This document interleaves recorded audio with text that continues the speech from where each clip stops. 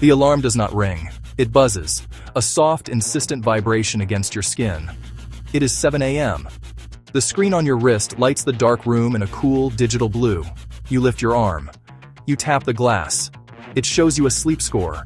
It tells you how well you rested. It then tells you how many steps you need to take today. A suggested route for a morning walk appears. A prompt for a 3-minute breathing exercise follows. You feel guided by this information. You trust the quiet authority of the band on your wrist. You follow its instructions. You let it tell you what to do. This is the hook. It is a small moment. It is a subtle shift. Yet, it is incredibly powerful. Your morning routine has been quietly hijacked. We have a name for this process. It is called cognitive offloading. The device on your wrist now holds small tasks for you. It contains pieces of your memory. It stores the blueprints for your habits. This means you do less of the thinking. The watch, in its silent way, does more of the deciding. It has become a partner in your daily life, but you may not have realized you were giving it so much power. Cognitive offloading is a simple concept to name. It is much harder to see in your own life. These sensors feel your body's rhythms. They watch your every motion. They diligently track your heart's beat. They count your steps from room to room. They send all this data, this intimate portrait of you, to sophisticated software. This software does not just store the information. It actively searches for patterns. It learns what makes you tick. Then, it begins to nudge you. These are small prompts, a vibration, a single line of text, a colored ring that needs to be closed. But over time, these little nudges begin to shape your bigger habits. They reroute the pathways of your day. The device is not just a passive observer. It is an active participant in your life.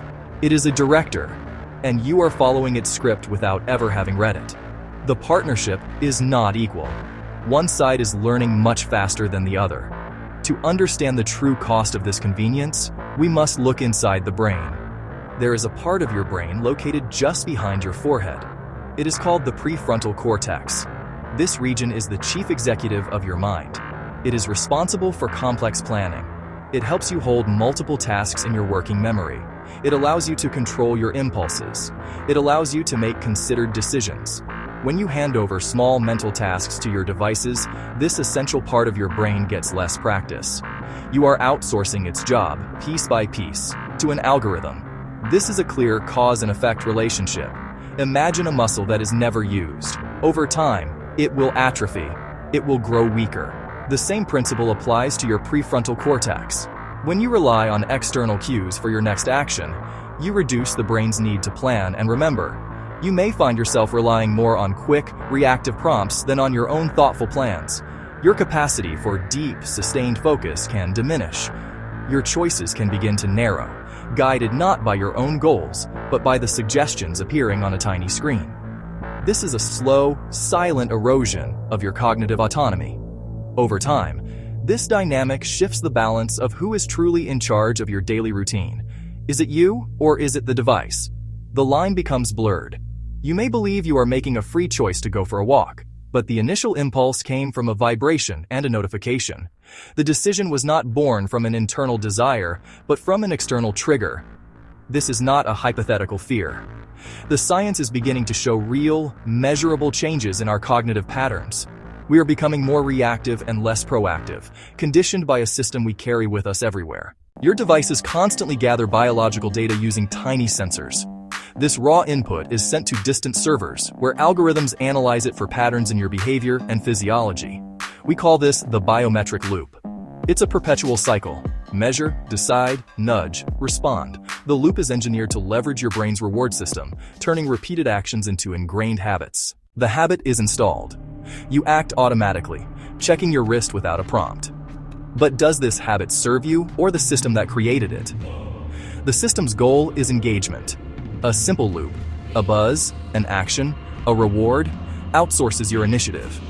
Your brain's reward system is hijacked, your attention fragments. The loop doesn't just shape your actions, it reshapes your mind. Your biometric data becomes a commodity, used to make the feedback loop even more irresistible. Who is in control? The first step is strict, a 48-hour notification detox. For 2 full days, turn off non-essential alerts on your watch. Turn off non-essential alerts on your phone. Silence your social media apps. Disable email notifications. Keep only critical alerts active. Allow phone calls from trusted contacts. Allow emergency safety alerts. This is not about abandoning technology.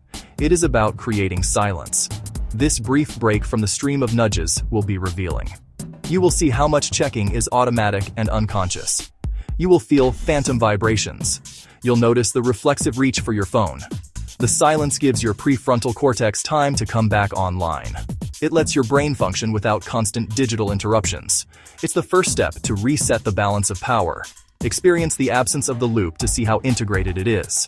Next, change default settings on your devices. Turn off hourly step goals that push constant checking. Disable automatic task suggestions you can plan yourself. Instead of a live feed, set specific times to review data. Look at summaries, not a real-time stream. Keep raw sensors active for health monitoring only when necessary. For a workout, for a medical condition, you are taking control of the data flow. Third, actively practice mental work, strength training for your brain. Spend 10 minutes each morning planning with pen and paper. Resist offloading every small choice to a digital assistant. Train your prefrontal cortex with long, focused tasks. Try working on one single thing for 25 minutes without interruptions. No phone, no alerts, just the task at hand. This builds mental endurance and strengthens resistance to distraction. It is the opposite of the fragmented attention the loop encourages. Fourth, you must reclaim the hardware on your own terms. We call this a hardware override.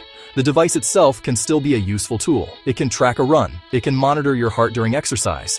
But you must be the one who sets the rules of engagement. You must consciously choose which loops you allow to operate in your life. Make the watch a tool, not a boss. Use the device to record information for your own review, not to receive decisions made by an algorithm. The data should serve you, not the other way around. You are overriding the system's default purpose. Finally, you must audit your data flows. Go through the settings on your phone and watch. Check which applications have been granted access to your sensitive biometric sensors. Revoke that access when it is not absolutely necessary for the app's function. Why does a social media app need your step count? Why does a game need your heart rate? Whenever possible, prefer applications that use local processing. Local models run their algorithms directly on your device without sending your raw personal data to a company's servers. This keeps the feedback loop smaller, more transparent, and more under your control. The morning routine will still exist. The sun will still rise. Tools will still be there to help you. But the balance of power can shift decisively back to you. The goal is not to reject technology, but to achieve a sustainable balance. Use the technology for the real gains it can offer. But you must learn to reject the prompts that are designed to build habits for the company's benefit, not for your own. Rebuild the practice of thinking, planning, and deciding within your own mind. Reclaim your rightful role as the planner and thinker of your own life. The watch on your wrist can be a coach, or it can be a boss. The difference lies in the plan you choose to follow.